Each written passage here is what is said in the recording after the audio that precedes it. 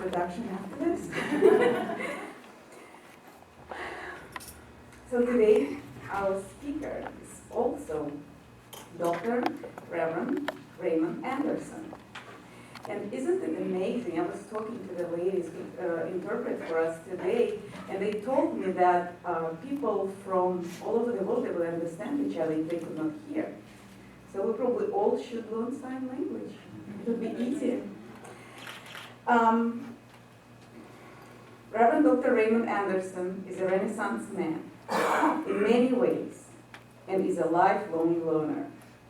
His eclectic academic career and spiritual path have aided him in transforming his own life while also serving as a catalyst to assist others in transforming their own lives.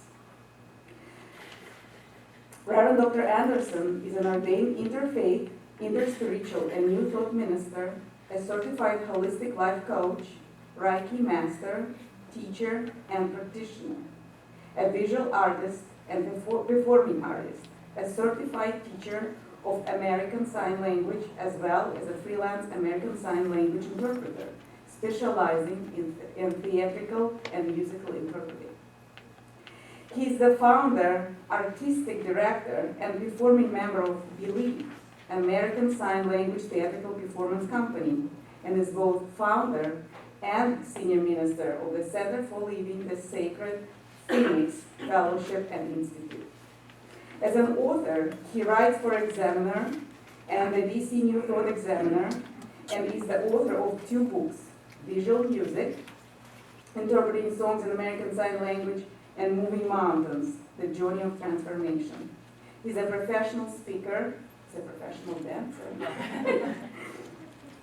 and he teaches, he provides workshops, and he's the father of 4 amazing young men and grandfather of 2 beautiful grandchildren. And probably the spirit of the fairy tale author Anderson lives with him, because every time he's here, he creates a fairy tale. He's a miracle man. Please welcome Dr. Reverend Ray.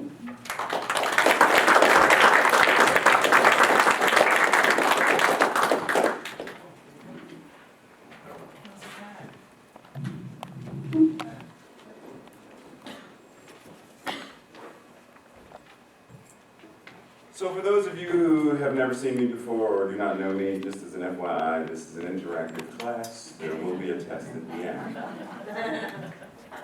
So I have a question for you. If I name certain people, I would like you to tell me, what do you think these folks have in common? Ready? George Lucas, J.K. Rowling, Viktor Frankl, Helen Keller, and Walt Disney. Let's go there. Let's start with those. Vision. Okay, vision. Creativity. Creativity. Passion. Passion. Give you a hint. There's an S word that I'm looking for. Spiritual. Stubbornness. Stubborn. Ding, ding, ding, ding, ding, ding. I cheated. I don't get any word. These folks were stubborn. Now, oftentimes, yeah, because it's in the title. Now, these folks were stubborn. Now, normally when we think of the word stubborn, we generally think negative. We don't usually think of being stubborn as a positive. For example, if I asked you, how many of you, and this by a show of hands, raise your hand if you are stubborn or someone in your family or friends have called you stubborn. Now, normally when someone says, why are you so stubborn? Do we normally say, because being stubborn is a good thing? Or do we oftentimes get defensive? What generally do you feel when someone labels you as being stubborn? I am not stubborn. I'm not stubborn. We get defensive. I'm right. I'm just right. We usually get defensive. But what if being stubborn is actually a spiritual strength? Now, I'm not talking about being stubborn from that place of ego. I'm not talking about that. I'm talking about a totally different place. For example, read something for you. And I want you to tell me the letters. So Yeshua traveled to the town of Nain with his disciples and a large crowd of followers. And as they approached the town gate, the dead child of a widow was being carried out. And Yeshua, Jesus, saw the widow. He miraculously brought the dead child back to life and gave him back to his mother. A little bit later it says, his heart went out to her, and he said, "Don't cry." Then he went up and touched the bier and that they were carrying him on, and the bearers stood still. He said, "Young man, I say to you, get up." The dead man sat up and began to talk. Jesus gave the young boy back to his mother. There are a whole lot of stories about miracles. And whether we take them as literal, metaphorical, metaphysical, nonetheless, they are lessons for us. Every single miracle that is done is an example of being stubborn. Uncle Ernest says on page, let's see which one do I want to go with. On page 103 of the Science of Mind. God is all in all. That is, God is and is in everything. A little bit later he says, God is a circle whose circumference is nowhere and whose center is everywhere. That means God is all there is. Do we believe that? Very carefully. Because how many of you have Facebook? How many of you, when you see people post things on Facebook, it irks you? How many people watch the news or read the newspaper? And you'll read something or hear something in the news that irks you. It does, every now and then it does to me. And then I have to remember, oh wow, this spiritual path is challenging. As a former Baptist, looking back, that life was easy. Being a traditional Christian was easy. Reason being, you either blame the devil or you blame God. It's not me. God's going to do it or take care of it or handle it, or it's the devil's fault and God will, I have nothing to do with this. So I'm just, I'm riding along and this spiritual path calls us to 127% responsibility. Because there is no God out there. God is right here. Scripture says, the kingdom of heaven is within. Seek ye first the kingdom of heaven, and all else will be added. Jesus, Yeshua taught, the kingdom of heaven is in here, not wherever. It's in here. Go there first. Go within first. And when you find that place within, where there is no separation of you and me, there's only one. It's the whole point of Namaste. That which is divine in me sees and acknowledges that which is divine in you. God, as me, sees itself in you. But do we do that when we see what's going on in Ferguson? Or Staten Island? Or the Middle East? Or anywhere else in the world where we see atrocities happening? It's so easy to say, darn you. Bad man, bad people, bad.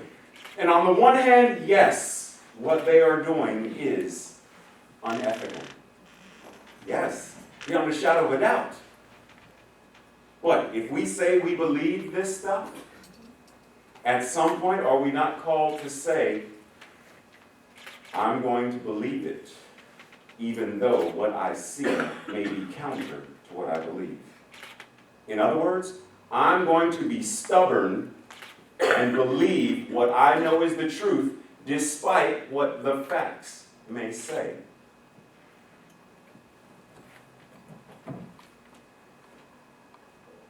So, remember the guy I mentioned a little earlier, Yeshua? So there's this story. I love this story. I used to obsess on this as a child. You'll understand why in a moment.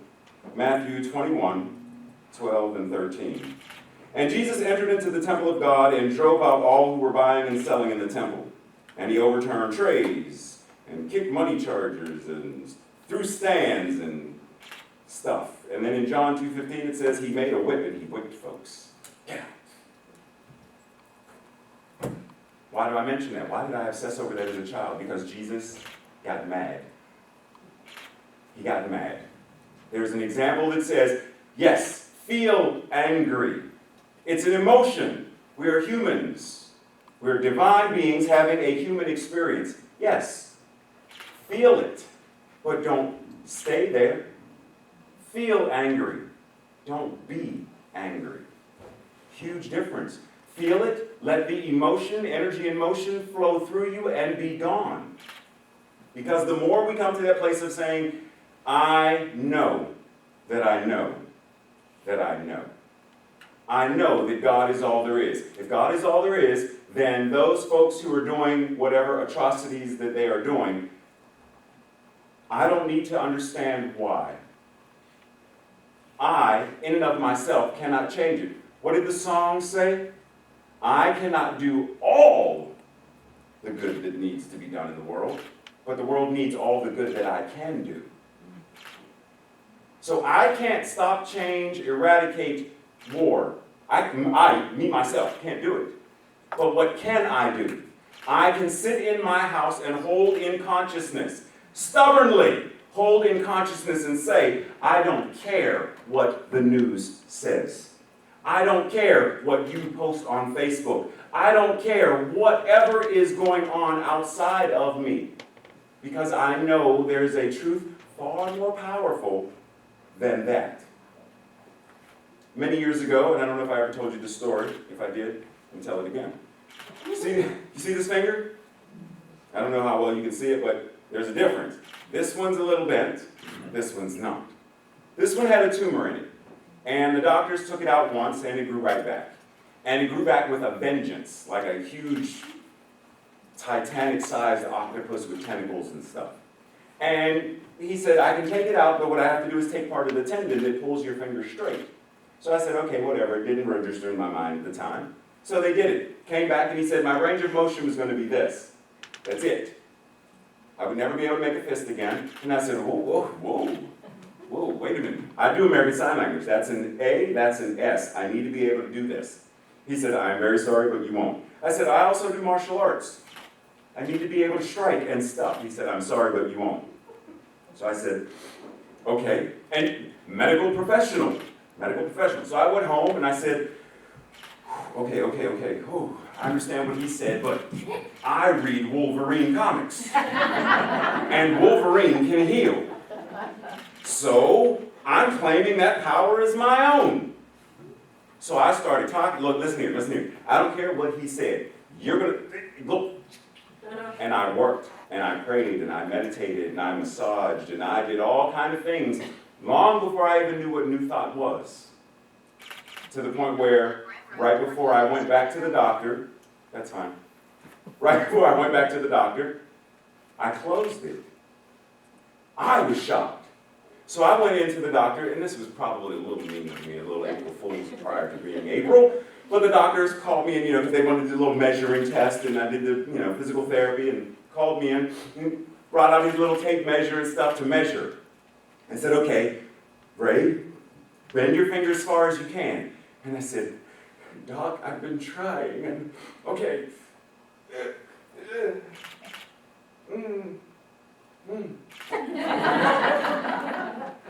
And his eyes fell on the floor.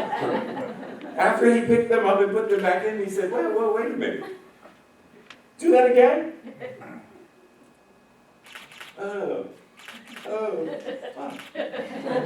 He said, wait a minute, that's not possible. I said, what do you mean it's not possible? He said, I did the surgery. I know that's not possible. I don't know what to tell you. Because it looks pretty possible to me. So he ran out. I'm like, oh my goodness, I don't know where he ran. He came back with some attending physicians and some other doctors and said, shut up, do it again, shut up. So I said, you want me to, I've been working, but it's so, and they all said, they started writing stuff down, and they all ran out. Same thing with the knee. Dr. ACL snapped, and I'm not supposed to be able to bend further than this. This is supposed to be impossible. I mention that because, just because a professional says it's so, doesn't make it truth. Because, and this is me, you call me Pollyanna all you want. I am a firm believer that if we were able to have that faith of a mustard seed, and I'm talking about faith, okay, so several years ago, when I used to study the Kabbalah, and God has many names, and there's a specific name of God, and forgive my Hebrew, because I haven't practiced it in quite a while, but Ayin Resh Yud. It's the name of God that means absolute certainty. Not without a doubt. Because to be without a doubt, I have to speak doubt. It is absolute certainty. I know that I know that I know. If I take this pen and I open my fingers, what happens? It drops. Do you know this or do you believe it? Believe it. You know it, but you know it. You believe it at one point, but after a certain amount of time, you've experienced it. I'm supposed to catch it. I just lost some cool points. Gravity, this thing called gravity, regardless of what you call it. Someone got hit in the head with an apple years ago and decided to call it, I'm going to call it gravity. I don't care what you call it. You can call it Ray if you want. The law of Ray says that if you drop it, it's going to... There are spiritual laws that say, if you think it, speak it, and act upon it, thought, word, and deed, you make it so. Every spiritual teacher, regardless of the tradition, has taught us that exact lesson. If your mind, your heart, thought, feeling, and actions are moving in one accord. Amy, what would happen if you were to hit an A and the choir sang a Q? Exactly, right? There's this thing called discord. At which point Amy says, wait, haven't we practiced this how many weeks? However, the same thing happens in our own lives. When we do something, thought, word, or deed, and something is not in alignment, and this thing called cognitive dissonance kicks in, where we're like, something doesn't feel right, and either we do one of two things. We either put it back into harmony, we find the harmony, we get the chord and we put it back in, or we are going to go the other route and become more hypocritical and make excuses for that. The reason it happened is because you don't understand. See, my mom abused me as a child, and so I now have the right to tell this story 4,629 times, because that explains why I do what I do. Rather than saying, it may be what you did, it may have been what was then, it doesn't have to be what is now. So when we stubbornly say, regardless of what happens on the outside, regardless of what I see on the news in Ferguson, I'm going to hold in consciousness, just like those two gentlemen are doing right now for us in this room. I'm going to hold in consciousness and say, they don't know who and what they are, so I'm going to know it for them. I don't know why the police did what they did or do what they do. I don't know, and I don't need to know, because there is a spirit within them that knows. So I'm going to affirm that it will wake up, that it will remember who and what it is, and justice will prevail. That's being stubborn. I don't care what the doctor says about some medical whatnot. Fine. You said I couldn't this, or there's a gentleman by the name of Nick Wojcicki. Love this guy. He has no arms, no legs, and I've mentioned him before. And the medical professionals told his parents, prepare, he's going to die before he ever reaches his first birthday. Nick is in his 30s now, married with a child, travels the planet speaking, teaching, and preaching. Has no arms and no legs. Skydives, surfs, plays golf. He does things that I don't do. But the medical professionals said, you can't. You'll never be able to. If they can, why can't we? How many times was George Lucas told, Star Wars, really? A space opera? What?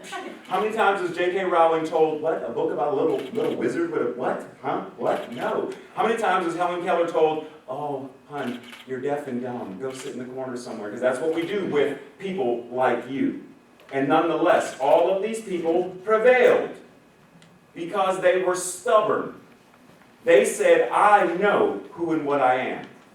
I don't care what anybody else, what anything else says. To the contrary, if I know that I am that, I am, then everything that we think is impossible becomes possible. Remember I mentioned me being Pollyanna? And I say this because I honestly believe that if we were able to absolute certainty, walking on water, raising the dead, feeding the thousands, would literally be our everyday. They wouldn't be miracles. Because when we see a rose bloom, how many of us think, oh, that's a miracle? Not many. It's a normal occurrence.